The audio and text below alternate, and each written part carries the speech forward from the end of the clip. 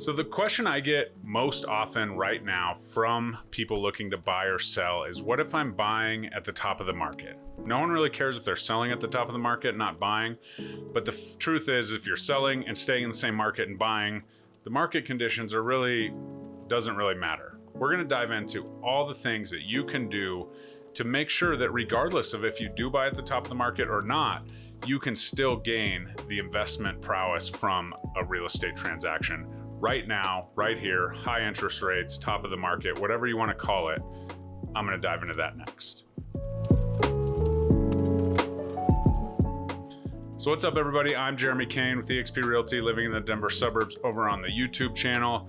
Super excited about this one because this is one of those things that I get asked fairly often. So I like to bring those in to these Why Invest Wednesdays, to these videos, so that you, the consumer, can digest them at your own will. Hopefully you give me some engagement, likes, comments, subscribes, all of those things, follows. Those are all greatly appreciated. I love the dialogue when we do get it going, but I bring this information to you so you know that I know what's going on in the market. And regardless of your situation, getting started in real estate and building wealth through real estate is absolutely one of the best and easiest ways to build wealth, regardless of when you buy. It does matter when you sell. But let's get into this. So first and foremost, the top of the market, right? I have had, I've closed 500 transactions. I've probably represented close to 250 buyers because I'm pretty much split down the middle. And if you're talking about buying at the top of the market, I've had 250 buyers buy at the top of the market because that day has been the top of the market for my entire career, right? The market has continued to trickle up, but at that moment, it was technically the top of the market. And for the most part, most people have made out extremely well with their real estate purchases. Now, people are like, well, Jeremy, the market's been increasing steadily since you've been in the business and for 11 years now. And I totally get that. However, right now we have this sense of fear that the market's going to crash, right? And as we've always talked and stressed on this channel, supply and demand is absolutely the key. Well, just the other day in the market update for my group over at a lender of mine's office, it was said that demand was down 25% and inventory was up 10%, right? So we're starting to see that, gap. But interest has continued to suppress that demand in those buyers. However, we still are selling houses. It takes a little bit longer these days, but here we go. So the myth of top of the market and that you're gonna be able to time the market in any way is definitely not the deal. If you feel like, okay, well, yeah, Jeremy, but I wanna, make sure I get top dollar and do all the things, when I buy, certainly I get it, it's an investment. But truthfully, once you get going, and if the market goes down 5% or up 5%, the truth is it's not liquid, right? It's not like money in your pocket, money in your bank. It's monopoly money at that point until you liquidate the asset by selling it.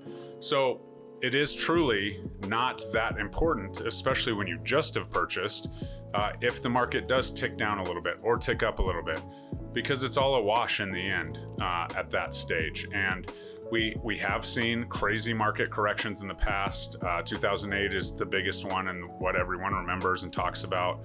In 2008, 2009, the market in Denver went down about 18%, right? However, if you held on to that asset and continued moving forward, it's now worth close to 200% more than it was then. So there's a lot to that. So when we're looking at the market, and you guys all know that I'm very intentional about understanding the market, what's going on, the dynamics, we have to first separate ourselves and understand that regardless of if we are paying a mortgage or paying a rent, we have to pay for shelter, right? And so if you make an investment at the very top of the market ticks down a little bit, as long as you don't sell, you're okay. And so that's kind of my stance on the market and how that goes.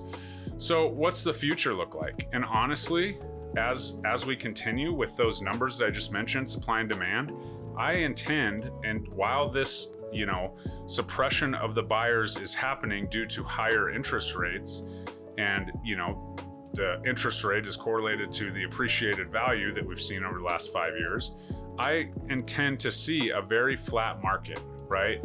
Not a lot of gains, not a lot of drops.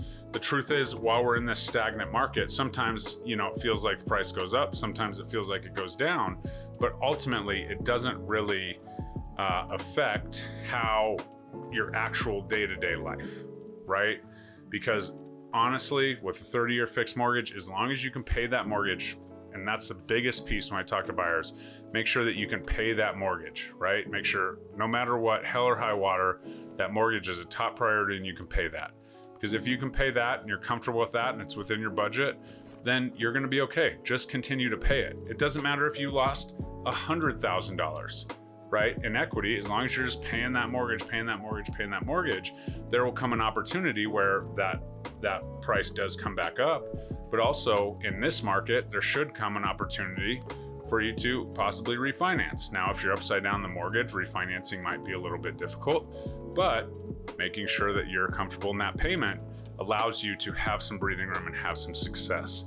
So as we kind of watch that, the top of the market doesn't really matter, because what's going to happen, right, is if we continue to see these higher interest rates suppress buyers, once those interest rates do come down, and eventually they will, we don't know when, but if they do come down a little bit, every time the interest rate ticks down, people's buying power goes up. So once it goes down, maybe low sixes even, right? Or maybe high fives, or wherever it gets to that unleashes those buyers, anything that you lost or didn't gain in the stagnation will be immediately released, because every time a buyer decides to sit on the sidelines, sign another lease, they just kind of continue to stack up. And then we have the college graduates, then we have, the people who are starting families and ready to buy a house regardless of what it takes. Those people are just stacking up, waiting for that opportunity, and then the flood comes, right? And so when the flood comes, prices are going to go up because supply will be eaten up and the demand will increase and continue to increase and feed off each other. So you'll have higher prices, lower interest rates. Honestly, at the end of the day, you're going to be about the same monthly payment that you're at now today. So that's what I see happening. Anything that's stagnated, or, say you only gain 2 or 3%, which is pretty low, over the next couple of years, once that interest rate comes down, people flood to the market, you're going to start seeing bidding wars and doing all the things as a result. And so that's kind of where I see that. So what if you do buy at the top of the market and you're immediately upside down, right? The day that you that you close on the house, we have another pandemic that lasts for a long time, or something happens outside of our control and the market does go down. Well, as if we're doing that, just focus on those high return on investment improvements, right? Continue to improve your home. Make it so desirable that when the opportunity does come to refinance it, it's going to appraise at the top of the value. Or when it does come, the opportunity to put it on the market and get in the move-up house, that's ready to go. Focus on the kitchens, the bathrooms, the landscaping, the curb appeal. All of these things are absolutely key. And if you're just keeping up with the general maintenance items, it will absolutely pay dividends. But more important than ever in these, peak market, conversations, let's just focus on those high ROI investments. What is it going to take to turn your home into something that when the market does come back, or when it's time to get that refinance, you're going to be at the top of the market and be able to execute, to the best of your financial ability? That's what we want to do. So if you have any questions about that, I'm always available to chat. I have great contractors. One of my good friends is a designer. She's freaking amazing. So that's exactly what we can do to help you. And granted, it's costs, and I get it.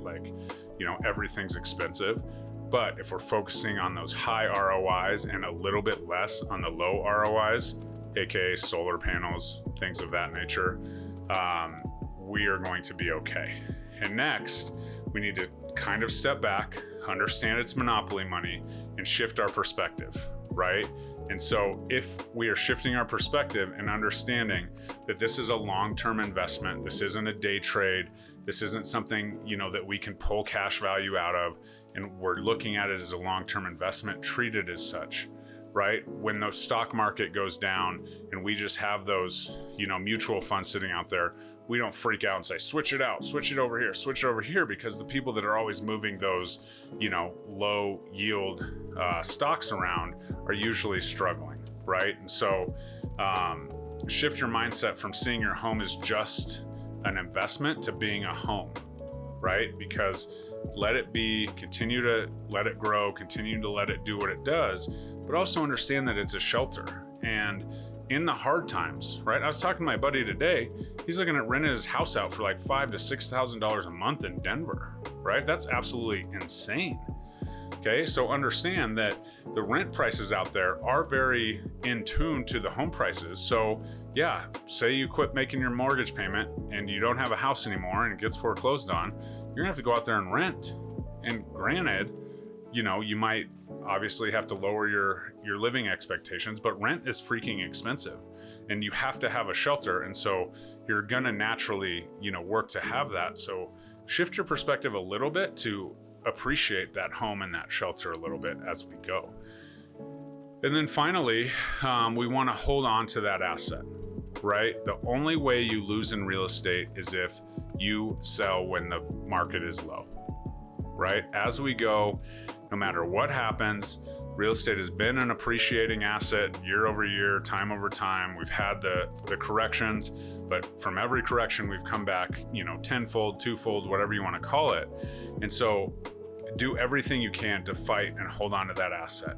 If you do have to turn it into an investment property, rent it out. And you're like, well, if I'm only breaking even, whatever, someone else's money is paying down that principal every single month. Right? And so if at the very least you had to move out and you had to make a move, you can rent out the home for a portion or all of your mortgage payment. That's super important, right? That is something that you can look at and be like, okay, well, the market's not giving me my appreciation, but every time my tenant pays rent, I'm not only, pushing down that principal, but hopefully making a little money if you do cash flow. But if not, it's a forced savings account, but you're saving someone else's money. And so as an investment property in this situation, the dire situation where you have to move, you got a new job, you're relocating, whatever happened, if you can hold on to it as an investment property until the market does improve, at the very least, even if it improves to the peak of the market or maybe even a little less, someone else's money is paying down your principal and building your wealth as you go. And so if we really wrap this all up and put a bow on it, buying at the top of the market is one thing, right? Selling at the bottom of the market is really what you should be trying to avoid.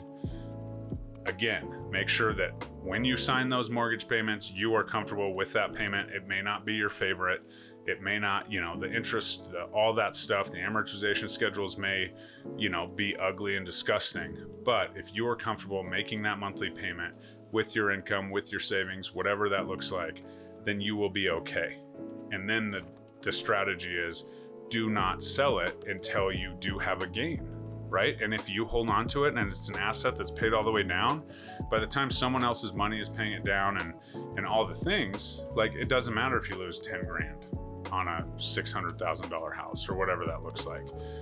No one wants to lose money, but in desperate times, we have to use our logic and think, right? Because a lot of people are like, oh, you're upside down. You're not upside down if you're comfortable with that mortgage payment, you're paying it every month. So if you are feeling like this is something you're concerned about and you haven't bought a home, let's have a conversation, because honestly, you're not going to be at the top of the market with these high interest rates. When they do come down, we may see a top of the market come.